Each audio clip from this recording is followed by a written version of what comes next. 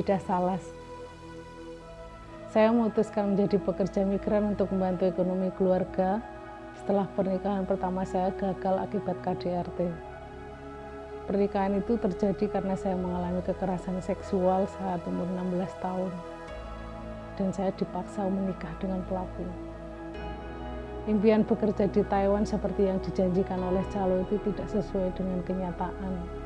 Alih-alih mendapatkan banyak uang, saya justru mengalami kekerasan dan eksploitasi. Bekerja dari jam 4 pagi sampai jam 1 malam, tidak boleh libur, tidak digaji, paspor juga dipegang oleh agensi. Dan pada akhirnya, saya memutuskan untuk melarikan diri menjadi pekerja ilegal dengan harapan bisa mendapatkan pekerjaan yang lebih baik. Namun saya kembali mengalami eksploitasi. Dipindahkan dari satu majikan ke majikan yang lain, pun tanpa dibayar. Hingga saya tertangkap polisi dan dideportasi. Saat menjadi TKI ilegal di Taiwan, saya sempat belajar mengenai berorganisasi dari orang Indonesia dan non-Indonesia. Mereka memberikan pengetahuan tentang bagaimana memperjuangkan hak-hak saya sebagai pekerja migran. Setelah kembali ke tanah air, dengan tekad ingin turut serta berjuang menegakkan hak-hak pekerja migran dan mampu mengadvokasi kasus-kasus perdagangan orang, maka saya mengikuti kejar paket C dan kuliah dengan mengambil jurusan hukum. Saya mencari uang dengan mengerjakan apa saja untuk membiayai kuliah saya. Sembari kuliah dan bekerja, di desa saya juga mulai mengorganisir korban perdagangan orang yang mayoritas adalah mantan PMI. Tidak mudah tentunya dalam mengorganisir mereka di desa, karena banyak yang memandang saya sebelah mata. Beberapa bahkan mempertanyakan siapa saya. Dan ketika kami aktif menangani kasus korban TPPO, saya juga mengalami intimidasi dari pelaku. Tapi dengan tekad yang kuat, bersama 6 orang lainnya kami melawan. Dan kami berhasil membuat SBMI cabang Wonosobo. Bahkan anggota kami sekarang sudah mencapai 960 orang yang awalnya hanya 6 orang. Berbagai kegiatan pemberdayaan hingga advokasi kebijakan kami lakukan.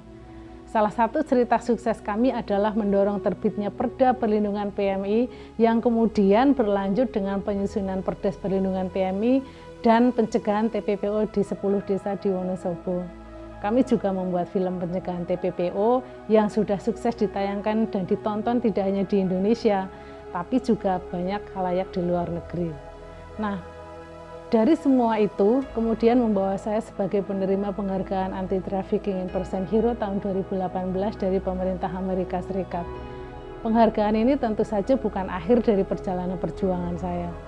Saya dan SBMI akan terus berusaha melakukan upaya pencegahan TPPO melalui kampanye, pemberdayaan ekonomi desa, penanganan kasus, dan advokasi kebijakan. Di masa pandemi COVID-19, perempuan semakin rentan menjadi korban trafficking karena para calo semakin gencar melakukan perekrutan. Dan keluarga PMI kehilangan remitan mereka karena deportasi dan repatriasi massal ke Indonesia, sementara lapangan pekerjaan di dalam negeri itu tidak tersedia. Selama pandemi COVID-19 sendiri, organisasi kami menerima laporan sebanyak 643 korban TPPO yang 54%-nya adalah perempuan. Tapi penanganan kasus menjadi terkendala karena kantor pemerintah menjadi tidak optimal memberikan pelayanan akibat kebijakan bekerja di rumah. Maka menurut saya, perempuan, termasuk perempuan korban TPPO seperti saya, survivor, harus bisa turut berjuang dan memimpin perlawanan terhadap TPPO. From zero to hero, we are survivor and together, we can fight trafficking in person. Selamat Hari Perempuan Internasional.